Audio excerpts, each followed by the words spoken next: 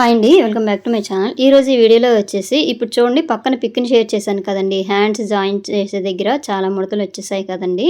అలా రాకుండా ఉండాలంటే మనము హ్యాండ్స్ అనేవి ఏ విధంగా జాయింట్ చేసుకోవాలి బ్లౌజ్‌కి అనేసి నీట్‌గా రావాలంటే అనేసి వీడియోలో చెప్తానండి. వీడియో చివరి వరకు చూస్తే మీకు బాగా అర్థమవుతదండి. కొన్ని ట్రిక్స్ అయితే పాటించాలి హ్యాండ్స్ జాయింట్ దగ్గర. సో లేదంటే హ్యాండ్ అనేది సెంటర్‌కి కరెక్ట్ రాదండి. షోల్డర్ మీదకి కొంచెం ముందుకైనా వెనక్కైనా జరిగిపోద్దనమాట కుట్టేటప్పుడు.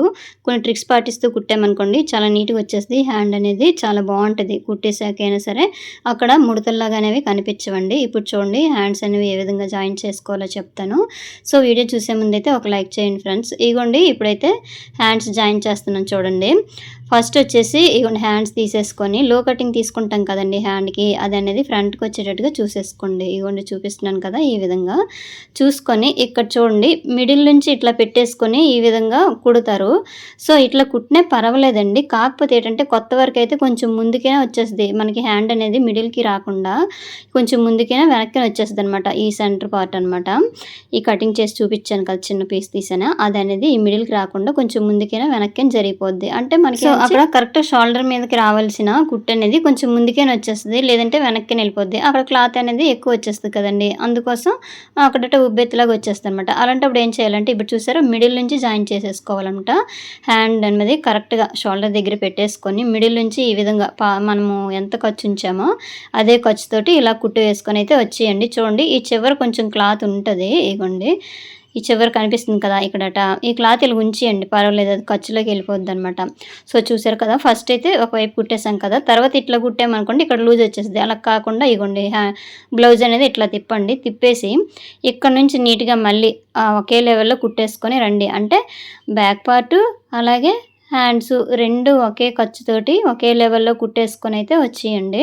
ఇలాగొస్తే హ్యాండ్ అనేది ముడతలు అనేవి రావు, కరెక్ట్ ఫిట్టింగ్ అనేది కుదిరిపోద్దండి. లేదంటే మనం కొంచెం ముందుగానే వెనక్గానే పెట్టేసామనుకోండి కటింగ్కి సెట్ అయినట్టుగా మన హ్యాండ్ అనేది జాయింట్ రాదనమాట.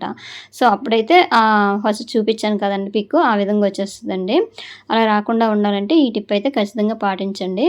సో ఇట్లా కుట్టేసినాక మళ్ళీ ఇంకో కుట్టు అనేది వేసేసుకోండి. చూడండి ఇక్కడికి వచ్చేసి మిడిల్కి వచ్చేసరికి కొంచెం మనకి లైన్ అనేది తప్పినట్టుగా అనిపించింది అనుకోండి, కొంచెం కరెక్ట్ చేసుకొని వచ్చేస్తే సరిపోద్ది అనమాట. సో చూడండి ఇదే విధంగా కుట్టు వేసుకొని అయితే వచ్చేయండి. సో హ్యాండ్ కుట్టేటప్పుడు మాత్రం ఏ పార్ట్ కూడా లాక్కూడదండి, హ్యాండ్ లాక్కూడదు, అలాగే బ్లౌజ్ పీస్ని కూడా మనం గుంజకూడదు అనమాట. గుంజి లాగామనుకోండి అక్కడట కొంచెం ముడతలు వచ్చేస్తాయి. ఇక చూసారా హ్యాండ్ అనేది అంత నీట్గా వచ్చేసింది కదా, ఈ విధంగా అనమాట. కొంచెం గోరుతో రఫ్ చేసేసుకోండి సరిపోతుంది అనమాట. చూసారా ఒకే లెవెల్లో వచ్చేసింది. మిడిల్ నుంచి జాయిన్ చేయలేదనుకోండి కొత్త వారు ఇక్కడ కొంచెం ముందుకే వచ్చేస్తే వెనక్కి వెళ్ళిపోద్ది. ఇప్పుడు మార్కింగ్ చేశాను కదా ఆ విధంగా వచ్చేస్తుంది, సెంటర్కి రాదండి. సో హ్యాండ్స్ అనేవి ఆ విధంగా జాయిన్ చేసేసుకోండి. కొత్తవారు అయితే అంటే బాగా వచ్చిన వాళ్ళకైతే వాళ్ళకి ట్రిక్ తెలుస్తుందండి. అయినా సరే ఎంతైనా సరే కొంచెం ముందుకైనా వెనక్కైనా జరుగుతుందని కాబట్టి మిడిల్ నుంచి ఎక్కువ మంది జాయిన్ చేసేసుకుంటారు. లేదంటే ఇగో చెప్తాను ఇంకొక విధంగా కూడా ఉందన్నమాట. ఇగో నేను ఇప్పుడు ఏం చూపిస్తున్నాను అంటే లోత్ అనేది ఫ్రంట్ వైపు రావాలని చెప్తున్నాను. ఇగోండి ఇక్కడ నుంచి ఇలా పెట్టేసుకోండి, ఇలా చూస్తాం కదా, ఇగోండి ఈ చివరికి ఇలా చూసేసుకుంటాం కదా.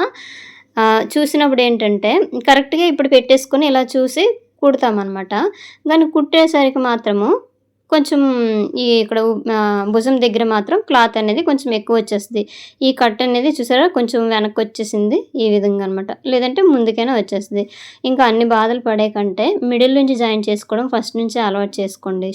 షేప్ అనేది నీట్గా వచ్చేస్తుంది, హ్యాండ్ అనేది జాయింట్ అనేది బాగా కుదురుతుంది అనమాట. బ్లౌజ్ ఫస్ట్ మనం స్టార్టింగ్ కనిపించేది హ్యాండ్ భుజం దగ్గర జాయింట్ చేసిన దగ్గరే కదండి, ఉబ్బెత్తుగా కనిపిస్తే అక్కడ తెలిసిపోద్ది అనమాట. అంటే హ్యాండ్ జాయింటింగ్ అనేది బాగా రాలేదని చెప్పేసి. అంటే ఒక హ్యాండ్స్లోనే ఉండదండి, మనం నార్మల్గా బ్లౌజ్ కటింగ్లో కూడా ఉంటుంది కదా, మనం నెక్ షోల్డర్ బట్టి కూడా పెట్టేసుకుంటాం కదా, దాన్ని బట్టి ఉంటుంది. కాకపోతే హ్యాండ్లో ముడతలు వచ్చాయంటే మనకు అర్థమైపోద్ది అనమాట. సో ఒకవేళ హ్యాండ్ అనేది చంకడం ఉంటుంది కదండి, అది తక్కువ పెట్టేసినా సరే క్లాత్ అనేది ఎక్కువ ఉండిపోద్ది కదా, ఆ విధంగా కూడా క్లాత్ అనేది కనిపిస్తుంది. కాకపోతే ఇక్కడ జాయింట్ చేసేటప్పుడు కూడాను మనకి ఎందుకంటే అన్ఈవెన్గా వచ్చేస్తుంది అనమాట, ఒకే లెవెల్లో ఈవెన్గా రాదు, అన్ఈవెన్గా వచ్చేస్తుంది. కాబట్టి అప్పుడు అర్థమైపోద్ది ఈ జాయింటింగ్లో తప్పు అనేసి. సో ఇప్పుడైతే చూసారు కదా నేను మళ్ళీ కూడా మిడిల్ నుంచి జాయింట్ చేశాను. ఆ చివర ఈ చివర క్లాత్ ఉంచేస్తే పర్వాలేదండి, అది సైడ్ ఖర్చులోకి వెళ్ళిపోద్ది అనమాట. ఇగో చూసారా మళ్ళీ ఏమొచ్చి సేమ్ ఒకేలాగా మళ్ళీ కుట్టేసుకొని వచ్చింది. డబుల్ స్టిచ్ అనేది వేసేసుకోండి. ఇగోండి నీట్‌గా ఇదే లెవెల్‌లోన ఇక్కడ చూడండి. ఇక్కడ చూసారు కదా!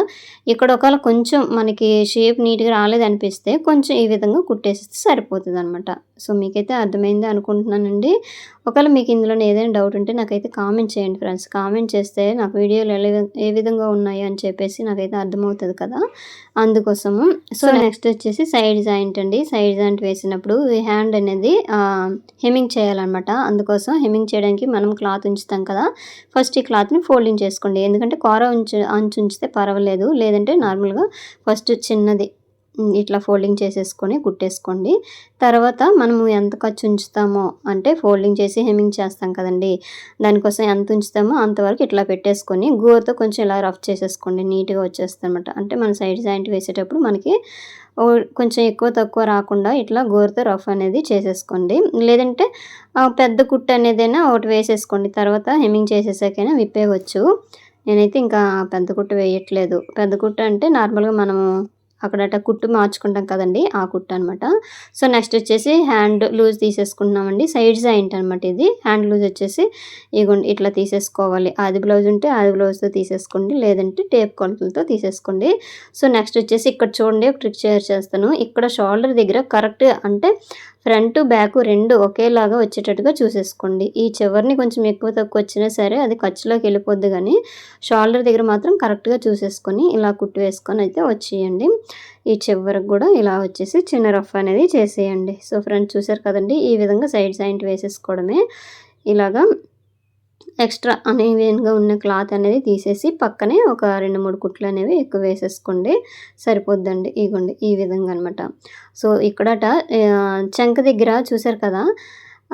ప్లస్ లాగా రావాలంటే కొంతమందికి రావండి. అంటే క్లాత్ కొంచెము బ్యాక్ పార్ట్‌దైనా ఎక్కువైపోద్ది. ఫ్రంట్‌దైనా ఎక్కువైపోద్ది. లేదంటే హ్యాండ్స్‌దైనా ఎక్కువైపోద్ది. అలా రాకుండా ముందుగానే హ్యాండ్స్ జాయిన్ చేసేటప్పుడు ఒకసారి చూసుకోండి. బ్యాక్ పార్ట్ మీద ఫ్రంట్ పెట్టేసి కరెక్ట్‌గా ఉందా లేదా అని చూసేసుకోండి. సో, ఇంతేనండి video. Thank you for watching.